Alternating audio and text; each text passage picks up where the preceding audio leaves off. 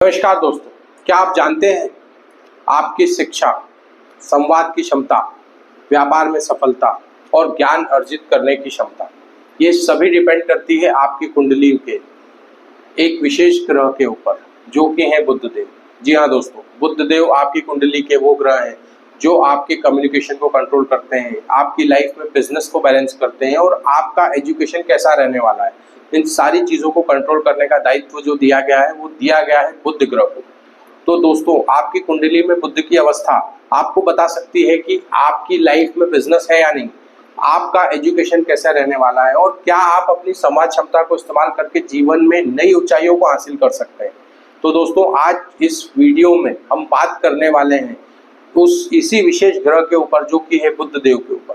बुध देव हमारी कुंडली के वो ग्रह हैं जो हमारी लाइफ में बहुत ही इंपॉर्टेंट रोल प्ले करते हैं। अगर आप व्यापार करना चाहते हैं या आप अगर जॉब भी करते हैं तो भी जॉब में आपकी कम्युनिकेशन का बहुत बड़ा स्किल होता है जो कि मैटर करता है। अगर आपकी संवाद करने की क्षमता अच्छी नहीं है तो आप अपनी बातों को दूसरों तक नहीं पहुंचा पाते हैं।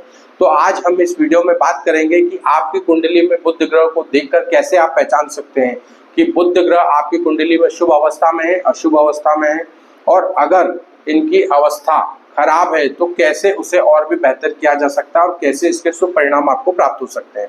तो दोस्तों, इस वीडियो में अंत तक बने रहें और इस वीडियो में हम आपको बताने वाले हैं वो विशेष उपाय जिन्हें करके अगर बुध की कोई समस्या आपकी कुंडली में पाई जाती है तो आप उसे बड़ी ही आसानी से हल करके और अपनी जीवन में आ रही समस्याओं से निजात पा सकते हैं। तो दोस्तों, आइए शुरुआत करते हैं हमारे आज के इस वीडियो की। मैं एस्ट्रो संदीप पंडित, आपका मित्र, स्वागत करता हूं आपका आपके अपने चैनल ईश्वरी एस्ट्रोलॉजी में, जहां हम ग्रहों के बारे में सिर्फ बताते नहीं हैं, हम ग्रह, उनके भाव और उनके अंदर छुपे हुए रहस्यों को उजागर करके आसान से आसान तरीके से आप सभी को समझाने का प्रयास करते हैं। तो मित्रों, आइए करते हैं शुरुआत हमारे आज के इस खास वीडियो की और उजागर करते हैं बुध ग्रह से जुड़े हुए कई सारे रहस्य। तो दोस्तों, जैसा कि वीडियो की शुरुआत में ही मैंने आपको बताया है कि हमारा जो टॉपिक है वो है बुध ग्रह के ऊपर। आइए अब थोड़ा सा समझ लेते हैं कि बुध ग्रह है क्या। बुध ग्रह हमारी कुंडली के वो प्लैनेट हैं जो हमारे कम्युनिकेशन को बैलेंस करते हैं। हमारी कम्युनिकेशन के स्किल टोटली डिपेंड करती है हमारी कुंडली में बैठे हुए बुध ग्रह की अवस्था के ऊपर। साथ ही साथ हमारी कुंडली में अगर हम व्यापार करना चाहते हैं तो व्यापार के लिए जो दायित्व दिया गया है हमारी कुंडली में वो बुध देव को दिया गया है। अगर हमारी कुंडली में बुध देव की अवस्था अच्छी नहीं हो और हम व्यापार करने का प्रयास करें तो हमको असफलताएं हाथ लगती हैं। हम बार बार बिजनेस करने का प्रयास करते हैं और बार बार हमें फेलियर हाथ लगता है। ऐसा क्यों? क्योंकि अगर आपकी कुंडली में बुध ग्रह की अवस्था अच्छी नहीं होगी तो ये गारंटीड है कि व्यापार में सफलता मिलने में कई सारी समस्याएं आपको होने वाली है। साथ ही साथ अगर आप पढ़ाई कर रहे हैं, आप एजुकेशन में अभी आपकी रनिंग अवस्था है, आप बैचलर डिग्री कर रहे हैं, मास्टर डिग्री कर रहे हैं, पीएचडी कर रहे हैं, किसी भी पढ़ाई में अगर आप आगे बढ़ रहे हैं और आपको समस्याएं आ रही हैं और आपकी कुंडली में अगर बुध ग्रह अच्छी अवस्था में नहीं है तो एक बार अपनी कुंडली को खोल करके जरूर एनालिसिस करें। क्योंकि अगर बुध अच्छी अवस्था में नहीं है और अगर वो महादशा, अंतरदशा या प्रत्यंतर दशा में कहीं लगे हुए हैं या फिर किसी अशुभ गोचर से होकर के आपकी कुंडली से बुध देव अगर मूवमेंट ले रहे हैं तो ये समय बुध की खराब अवस्था की वजह से आपको ग्रोथ नहीं लेने दे रहा है। आपकी अंडरस्टैंडिंग में एक प्रकार की बाधाएं उत्पन्न हो रही हैं। साथ ही साथ आपके कम्युनिकेशन में भी बार बार बाधाएं आ रही हैं। आप जो कहना चाहते हैं, आप उसके अर्थ को समझते हैं, बात को समझते हैं, लेकिन जब आप शब्दों का प्रयोग करने जाते हैं तो आपके शब्द आपस में ही ऐसे उलझ जाते हैं कि आप जो कहना चाह रहे हैं वो सामने वाले तक नहीं पहुंच पाता। व्यापार में हम बिजनेस कर रहे हैं, हमारे बिजनेस में बार बार सडनली अप एंड डाउन आ रहे हैं, बार बार नुकसान हो रहा है। कभी हमारे पास में बिजनेस ऊपर जा रहा है तो फाइनेंस का प्रॉब्लम आ रहा है, फाइनेंस अगर बैलेंस्ड है तो पता चला हमारे पास में बिजनेस ही अवेलेबल नहीं है। इस तरह की भी जो प्रॉब्लम्स होती हैं, ये प्रॉब्लम्स भी हमने नोट किया है कि बुध ग्रह की वजह से कुंडली में पाई जाती है। तो दोस्तों, अभी तक आपको ये समझ में आ चुका होगा कि बुध ग्रह, जिस पर आज तक आपने कभी बहुत ज्यादा जोर देकर विचार नहीं किया होगा, ना ही आपने YouTube पे कई सारे वीडियोस देखे होंगे जो बुध ग्रह के ऊपर आए हों। क्यों? क्योंकि इस ग्रह पर कभी भी किसी ने बहुत ज्यादा फोकस नहीं किया। लेकिन आज इस वीडियो को लेकर के आने के पीछे मेरा सबसे मेन मुद्दा यही है कि आप समझें कि ये ग्रह जिसे फोकस में नहीं रखा जाता, ये आपकी लाइफ में कितना इंपॉर्टेंट रोल प्ले करता है, और इसकी महत्वता को समझ के, और अगर इसकी अवस्था खराब है तो इसे सुधार के आप अपनी लाइफ में कितने बड़े चेंजेस लेकर के आ सकते हैं। तो इसीलिए आज इस वीडियो में जो मेरा प्रयास है वो यही है कि अगर आपकी कुंडली में बुध की अवस्था अच्छी है तो उसे और बेहतर कैसे करें, और अगर अच्छी नहीं है तो कैसे आप उसे बैलेंस करें। तो दोस्तों, बुध ग्रह के बारे में हम बात कर चुके हैं। अब हम बात कर लेते हैं कि हमारी जन्म कुंडली में 2 राशियां बुध देव को दी गई हैं। कौन सी हैं वो 2 राशियां? देखिए दोस्तों, मिथुन राशि और कन्या राशि, इन दोनों राशियों पर जो शासन है, इन दोनों राशियों के जो मालिक हैं वो है बुध देव। तो दोस्तों, मिथुन और कन्या ये दोनों राशियां बुध की हो गई। अब हम जान लेते हैं कि बुध देव किस राशि में किस प्रकार के प्रभाव देते हैं। जैसा कि अभी मैंने आपको बताया कि मिथुन राशि और कन्या राशि ये दोनों ही राशियां बुध देव के द्वारा शासित हैं। तो इन दोनों राशियों में बुध जो है वो स्वग्रही होते हैं। कन्या राशि में यदि बुध बैठे हुए हैं तो ये बुध उच्च के कहलाते हैं। अगर आपकी कुंडली में बुध देव स्वग्रही हैं या उच्च राशि अर्थात कन्या राशि में बैठे हुए हैं तो ये अवस्था बुध के लिए बहुत ही अच्छी मानी गई है। उच्च राशि में बुध देव आपको व्यापार में सफलता तो देते ही हैं, साथ ही साथ आपकी बुद्धि का विकास भी बड़ी तीव्रता से होता है। ज्ञानार्जन में आपको सफलताएं मिलती हैं, और किसी भी चीज़ की अंडरस्टैंडिंग के लिए आपको बहुत ज़्यादा प्रयास नहीं करना पड़ता, चीज़ें आपको इजीली समझ में आ जाती हैं। लेकिन वहीं दोस्तों, अगर बुध देव धनु राशि या मीन राशि में, जो कि देवगुरु बृहस्पति की राशि है, अगर इसमें बैठे हों तो थोड़ा सा आपको ध्यान देने की आवश्यकता है। आपके द्वारा लिए गए फैसलों में कहीं ना कहीं कुछ न कुछ असमंजस की स्थिति हो सकती है। तो अगर आपकी कुंडली में धनु या मीन राशि में बुध देव बैठे हुए हैं तो आपको ये ध्यान रखना है कि किसी भी फैसले को बहुत ज़्यादा जल्दबाजी में नहीं लेना है, क्योंकि इन दोनों राशियों में बुध देव बहुत ज़्यादा बली नहीं होते हैं। ये सम स्थिति में आ जाते हैं, और यहाँ पर इनकी जो गति होती है वो थोड़ी सी स्लो हो जाती है। जीवन के क्षेत्र में बुध देव किस प्रकार से असर देते हैं?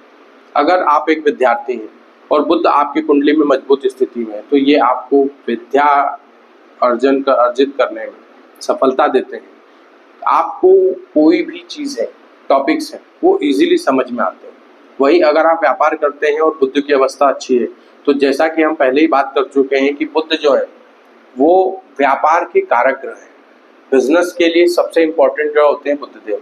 अगर आपकी कुंडली में बुध अच्छी अवस्था में है तो ये आपको बिजनेस में प्रॉफिट देते हैं, जिसके पीछे सबसे बड़ा कारण होता है कि आपकी बुद्धि की तीव्रता, आपके डिसीजंस को बुध देव सही करते हैं, जिसकी वजह से आप उन डिसीजंस की मदद से लाइफ में काफ़ी अच्छी ग्रोथ करते हैं।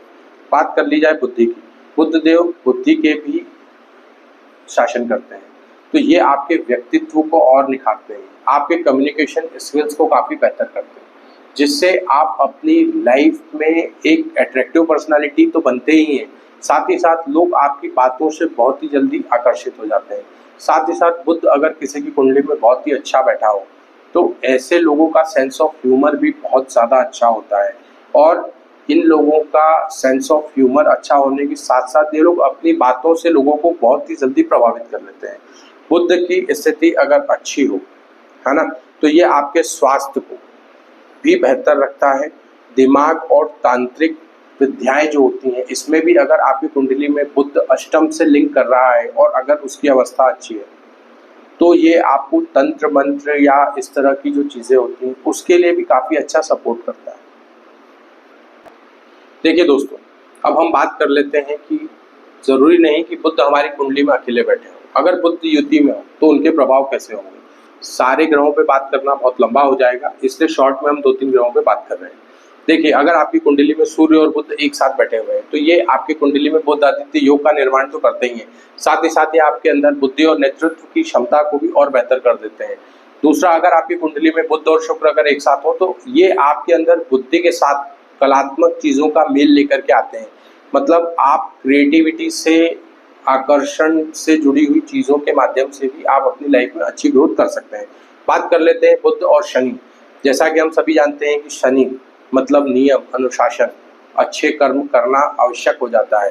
शनि हमें अगर बुध के साथ बैठे हुए हैं तो ये हमें बताते हैं कि हम जितनी ज़्यादा मेहनत करेंगे सफलता हमें उतनी ही ज़्यादा प्राप्त होगी। अब हम जान लेते हैं कि कौन से हैं वो शुभ और अशुभ प्रभाव जो बुध ग्रह के द्वारा हमें प्राप्त होते हैं।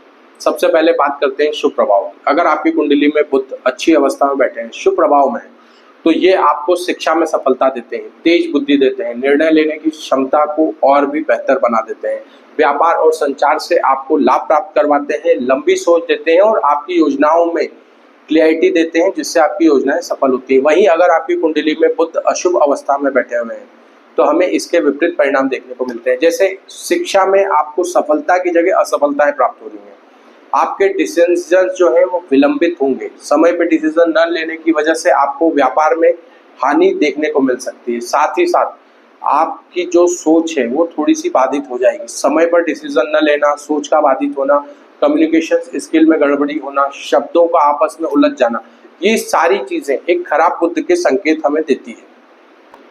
अब दोस्तों, अगर ये अशुभ प्रभाव हमारी कुंडली में हमें देखने को मिलते हैं तो हमें क्या करना चाहिए?